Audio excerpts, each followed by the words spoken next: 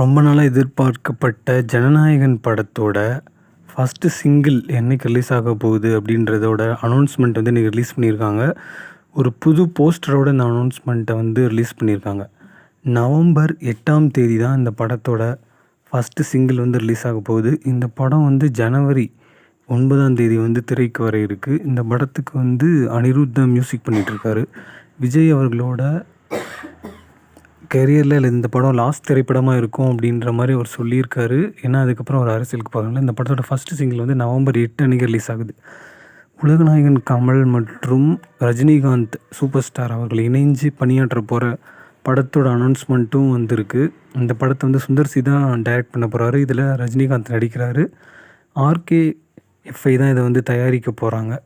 கூடிய சீக்கிரம் வந்து இவங்க 2 பேரும் இணைஞ்சு ஒரு படத்தில் நடிக்க போகிறாங்க அப்படின்ற மாதிரி எதிர்பார்க்கப்படுது.